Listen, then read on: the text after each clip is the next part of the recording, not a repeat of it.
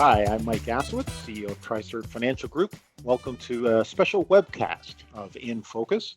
Today, I'm joined by Scot Bolton, one of our advisors at one of our partner firms, GRK. Welcome, Scot.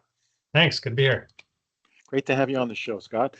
Folks, this is something that came out of about a month ago. We had our conference where we pull all of our advisors, portfolio managers, basically the whole team together, and basically talk about the business and talk about how we can add more and more value to our client base. And Scot was responsible for one of the presentations, and it was such a great presentation. We asked him, "Hey, would you please talk about this with our clients?" And he has graciously accepted to do that. And specifically, what we're going to talk about is family enterprises, and we'll call it the complexities associated with that. Scot is a member of Family Enterprise Canada, and he's what's called a Family Enterprise Advisor. So, Scot, why don't we start there? Talk to us. What is an FEA, or a Family Enterprise Advisor? Sure. Yeah. So FEA is a bit of a made in Canada story, part of Family Enterprise Canada. So it's basically the advisor designation for Family Enterprise Canada. So families could be members of Family Enterprise Canada, and advisors could be members of Family Enterprise Canada. To be a member as an advisor, you need to be an FEA, a Family Enterprise Advisor. So I did this, sort of executive MBA style training back through COVID. Actually, mine was all online. And it's basically giving existing advisors, people who already work in that space, have some experience, more tools, more training, more language around communicating with multi-generational families to take that complexity and simplify things, if not simplify, at least give you tools to facilitate conversation. So that's a great summary in terms of tools and diagrams. So let's get into it, because at first, you think about a family enterprise, at first you may think it's actually rather straightforward, but I think anybody actually living through it realizes there are a lot of complexities here. And I thought the way you had stepped through it really did help clarify things. So yeah, let's pull up that first slide. Sure. Yeah. There's quite a lot of visuals. We sort of picked out a few for us to review, so sort of tell the story.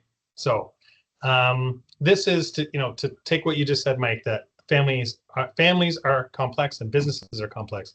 And so this is something that FEA and Family Enterprise Canada talks about. This is not Family Enterprise Canada specific sort of information. Some of this has been around for a long time. You see Harvard Business School reference there, but this is trying to put complex things into simple terms. And so in essence, the three-circle model recognizes that in family-owned business, that there are three separate sort of entities, decision-making places, and you see them on screen: family, business, and ownership. And each of those spheres or circles has different needs, demands, reasons why we make decisions. And lots of times in family business, we confuse all of these three. We think you have to be an owner to be working in the business, and you have to be family to be an owner or working in the business, when in essence, that is not the case. And if you go to the next slide, it sort of breaks it down a little bit into, okay, let's think about, who are you? Where do you fit in this? I'm a sibling, I'm a child, I'm a brother or sister. Like, where do you fit into this? So you're a family member, everyone's a family member. And then the business will have some combination, unless you're a sole proprietorship and do nothing else, the business will have non-family members working in it, probably, right?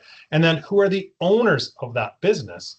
And the owners could be just family, it could be just older generation, we could be having transition to the next generation. When are we transferring ownership? So this is just a means of breaking out this understanding into these three distinct but overlapping areas.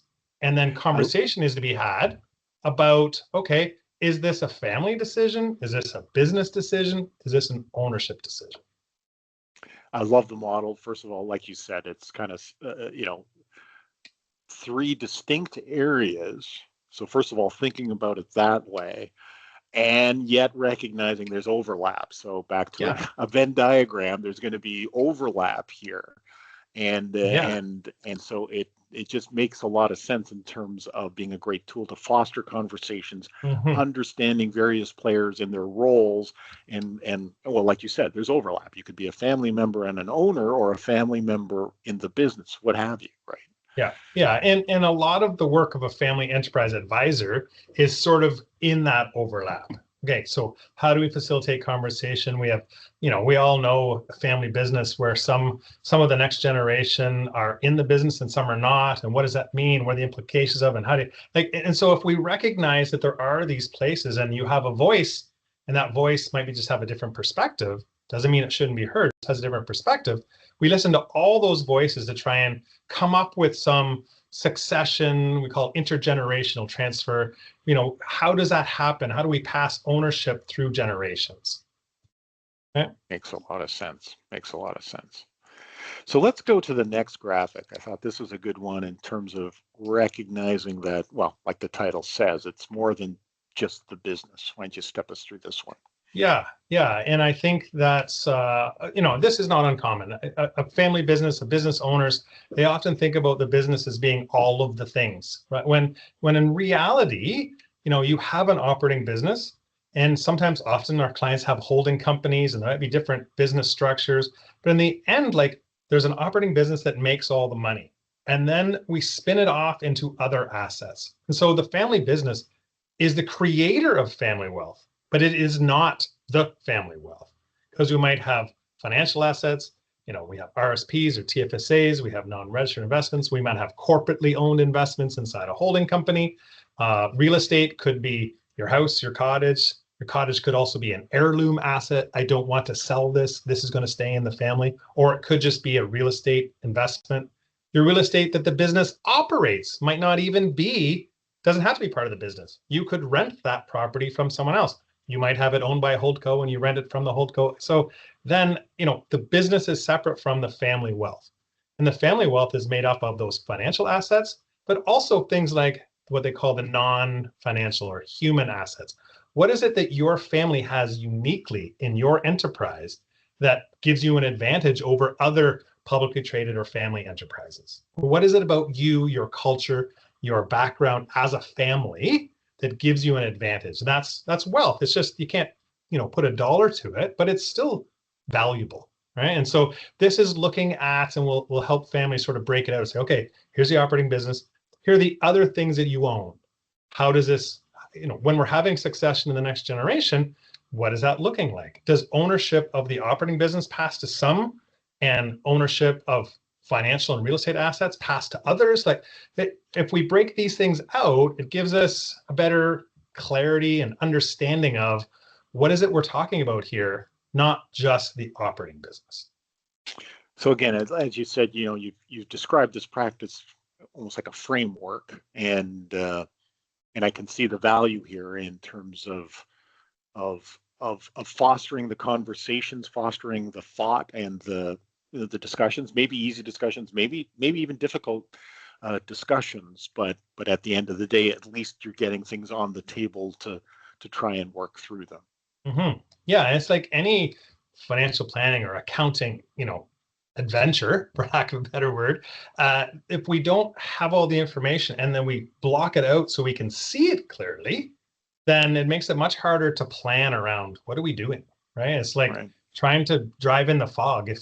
Even if you know the road, it's still a lot harder than if the sun is shining and you see where you're going, right? And so this framework is not a be all and end all. It's a starting point. It's not the thing we're going to do in this discussion, but it's a way of gathering information together such that everyone can see and understand that we can make decisions about. Cool. All right, this next one I thought was also, there was a lot of powerful information, but this one, again, I liked in terms of the, what's called here, the continuity timeline. Yeah. Walk us through this one. Yeah. And so this is one of my favorite slides in, the sort of the whole slide deck, for lack of a better word. And there's lots of visuals we can use to help, educate and coach clients and advisors. But this one really talks about the continuity of things. So, did you start this business? Did your parents or grandparents start this business? There's a continuity of things. And what do we want that continuity to look like? Do we want this business or this wealth? Let's say we sold our business and we have X number of millions sitting in an investment or holding account. Do we going to spend all that money, or is it going to pass through multiple generations? What are we doing for that? So precipitating event really just refers to, okay, is it death, illness, retirement, like different reasons, different times, different families. Okay, action has to be taken right now. There's consequences if we don't. Well, let's not only plan at those times. It's really important if we want to continue to have this wealth, assets or cash or investments, businesses, pass through multiple generations over time. We have to plan in between. We need to be planning all the time in anticipation of death, disability, illness, succession. And succession could be business succession first and ownership later. Like there's different ways of doing that, but plan that we're going to do this and not wait till the last minute. Say, oh, we better get everything done here because Dad's decided he's retiring. No, you need to do it in between. And continuity, that whether it's business or wealth, continuity needs to have planning to be done well. I love the graphic, the Thunderbolt. Yeah. That really does drive home the point. So many times yes, go ahead. Yeah. I was just going to say, I had a client once I was having this conversation with. He's like, oh, that's my heart attack. Well, okay, hopefully it's not always a heart attack. That's the precipitating event, but it could be. And let's plan so that if and when that ever happens, we're prepared. And that's just it. You don't want to be, this is, we talk a lot about financial planning, and again, back to a family enterprise, it's just that even more complex. And so you want to be able to do this in a thoughtful approach and paradigm, calm conversations and thinking, as opposed to, and that's why I like the Thunderbolt, as opposed to being, bam, this is hitting you now. You need to address it now. And so I'm paraphrasing somebody else here, but families are complicated. A family, business can be complicated. So family businesses are extra complicated, and it takes time and nurturing and conversation to ensure we're going to do something about that well. Because if we're just going to sell to the third party and have all the cash, that's simpler, but still, what's going to happen to all that cash? Who gets it? When do they get it? Who's in control of it? Is it in a family trust? Well, now what? So it's not just about the business, it's about wealth and what form does that wealth take? And what is the purpose of this? How do we want it to have continuity? If you're just going to spend it in your lifetime, we don't need to worry about this. If you're going to pass this to your children and grandchildren, let's do planning. Yeah. Sound advice. Some great graphics, and we're just scratching the surface. I realize that, Scott, but this is exactly what we're looking for. Again, so many of our clients have small, medium-sized enterprises. The family, like you said, families, enterprise, one's complex, the other's complex, bringing them together. There's not a synergy there. It actually makes it, it's a reverse of a synergy. It actually makes it multiplies the complexities in so many ways. So what advice have you got? Like, let's say, I'm listening to this and going, okay, this applies to me. What advice have you got for the listeners? Yeah, good question. These are fairly universal concepts. Like nothing of this that I would have talked about today is like never before heard in the community that we're talking about. No, of course, people, this is logic, right? And so I think it's just being aware of, talk to your advisors, your accountant, financial planner. They don't have to be FEAs to use these ideas and concepts, even just as a starting point, and talk about what you want to have happen. When do you want to have it happen? What should the future look like? It's okay if you don't know, but start planning for it so that conversation will help you, realize what your goals and dreams are, for lack of a better descriptor. And I think just talk to your advisors about, I heard this idea. What do you think about it? I'm available in our community if somebody wants to ask me these questions, the other advisors, and accountants involved. But this is not rocket science. This is fairly logical human conversation. These tools are just a framework for having those conversations. talk to your advisors, get good advice, make decisions. When you don't know, ask more questions. Great advice. Scott, thanks very much for this. Thank you. Happy to do it. Folks, as always, if you have any questions, and specifically on this topic, don't hesitate to reach out to your CPA firm advisor. Again, this is what TriCert's about. You have that strong advisor integrated into the accounting firm, so you have a CPA to draw upon. And as you all know from a TriCert approach, you also have the portfolio manager. But we're here to help. And so any questions, don't hesitate to reach out. Take care.